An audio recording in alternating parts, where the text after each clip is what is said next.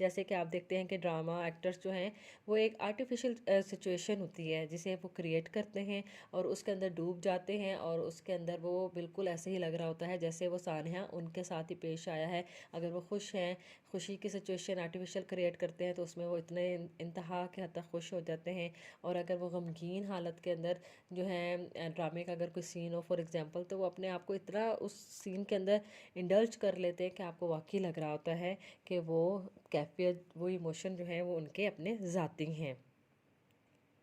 اب ہم اس کے تنقیدی نکات کی طرف چلتے ہیں کہ کون کون سی جو ہے تنقید ان کے اوپر ہوئی ہے۔ سب سے پہلے ہجان اور عضویاتی تغیرات کی جب ہم بات کرتے ہیں تو ہمیں پتہ چلتا ہے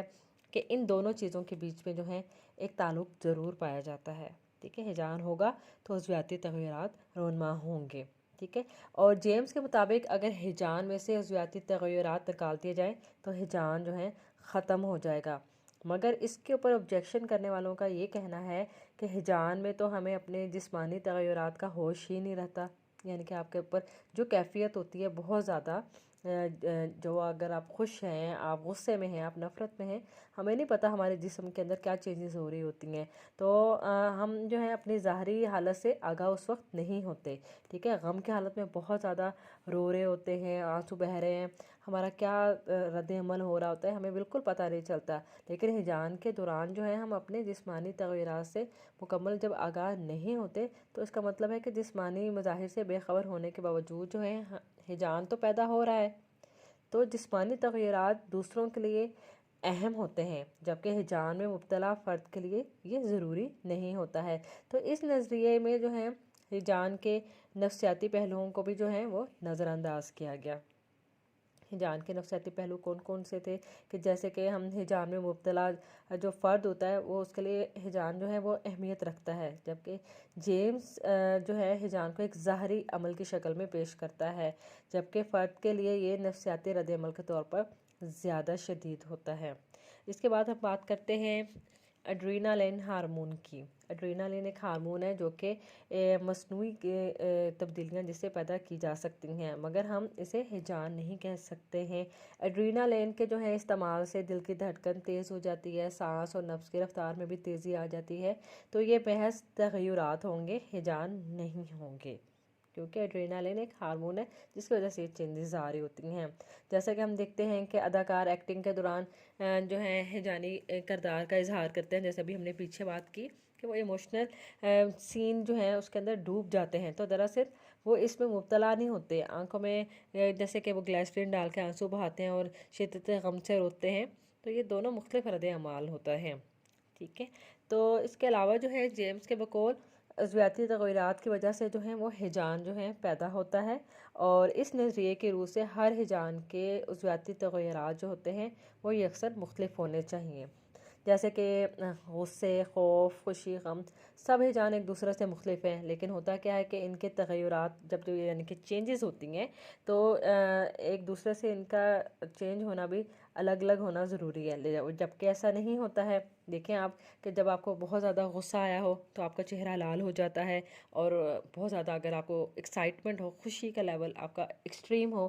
تو اس میں بھی ایسا ہی ہوتا ہے، آپ کے دل کی دھڑکن غصے میں بھی تیز ہوتی ہے، خوشی میں بھی تیز ہوتی ہے، اور خوف میں بھی تیز ہو جاتی ہے، تو یہ تمام ہجانات جو ہیں ایک دوسرے سے ڈیفرنٹ ہوتے ہیں۔ تو اگر ولیم جیمز کی اس بات کو ہم درست بھی ثابت کر لیں کہ صرف جسمانی چینجز کے ادراک سے ہی جو ہے ہمارا ہجان پیدا ہوتا ہے، تو پھر ہر دفعہ ایک جیسے جسمانی تغیرات کو جو ہے ایک ہی طرح کے ہجانی کیفیات کا باعث بننا چاہیے۔ تو اس کے علاوہ جو ہے ایک ہی صورتحال اور ایک ہی فرد اور ہجانی کردار کی جب ہم بات کرتے ہیں تو ہمیں پتہ چلتا ہے کہ ایک ہی صورتحال میں جو ہے ایک ہی فرد مختلف مواقع پر الگ الگ ہجانی کردار جو ہیں پیدا کرنے کا باعث بنتا ہے، جیسے کہ اگر کوئی غصے کی حالت میں اگر آفیسر کے سامنے کوئی غصہ پیدا ہو جائے تو کیا ہوتا ہے کہ ہجانی کردار کچھ اور ہوگا، یعنی کہ غصے کو دبا لیا جائے گا، جبکہ غصہ اگر کسی آپ کے کام کرنے والے آپ سے لو طبقے کے فرد پر آ جائے تو آپ اس کو جو ہے غصے کا اظہار جو ہے وہ اور طریقے سے کریں گے، جبکہ اپنے باس کے سامنے وہ آپ غصہ دبا جائیں گے۔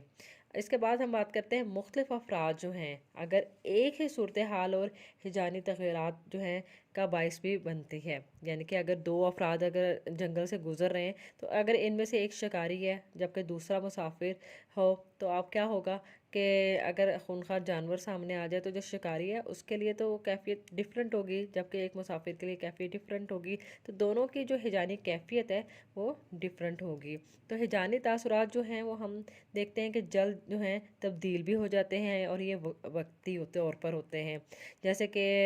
عضویاتی تغیرات جو ہیں وہ دیر کے بعد جو ہے نارمل سطح کے اوپر آ رہے ہوتے ہیں۔ ہجان جو ہیں وہ زائل ہوتے ہی جو ہیں تغیرات غائب نہیں ہوتے بلکہ خوف ختم ہونے کے کچھ دیر بعد تک جو ہے گھبراہٹ اور کپکپی جیسے تاریخ رہتی ہے۔ تو جیمز کا کہنا ہے کہ اگر عضویاتی تغیرات ختم کر دیں تو ہجان ختم ہو جاتا ہے، ٹھیک ہے، یعنی کہ جسمانی تبدیلیاں جو ہیں وہ ختم ہوتے ہی ہمارا ایموشن ختم ہو جاتا ہے، یعنی کہ اگر غصے کا ہم اظہار نہ کیا جائے اور اسے دبا لیا جائے تو جیمز کے بقول